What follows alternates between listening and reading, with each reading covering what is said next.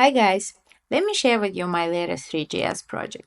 And since I'm planning to create a series of tutorials out of this, it's kind of an intro as well. So first of all, I modeled this player in Blender and then exported it into Three.js. Let's look at the materials. It's absolutely amazing.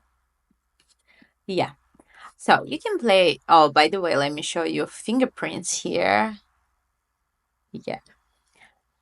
Let's go next. You can play music here, and this absolutely love this loader bar because it shows the length of the track.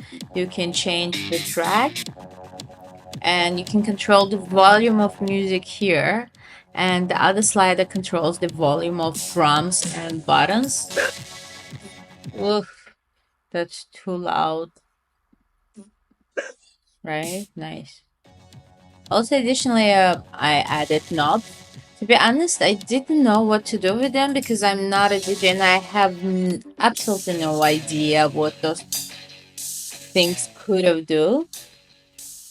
I just love the aesthetics of it. So I connected it to bass and to treble, and this one controls frequency, both of them for each element. Yeah.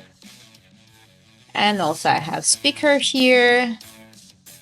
There you go, speaker there. So yeah, and additionally I added info button to see which element's doing.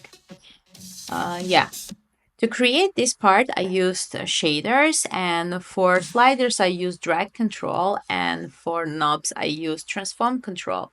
For buttons and drums I use raycast. So if you want to know more, please comment. Ciao.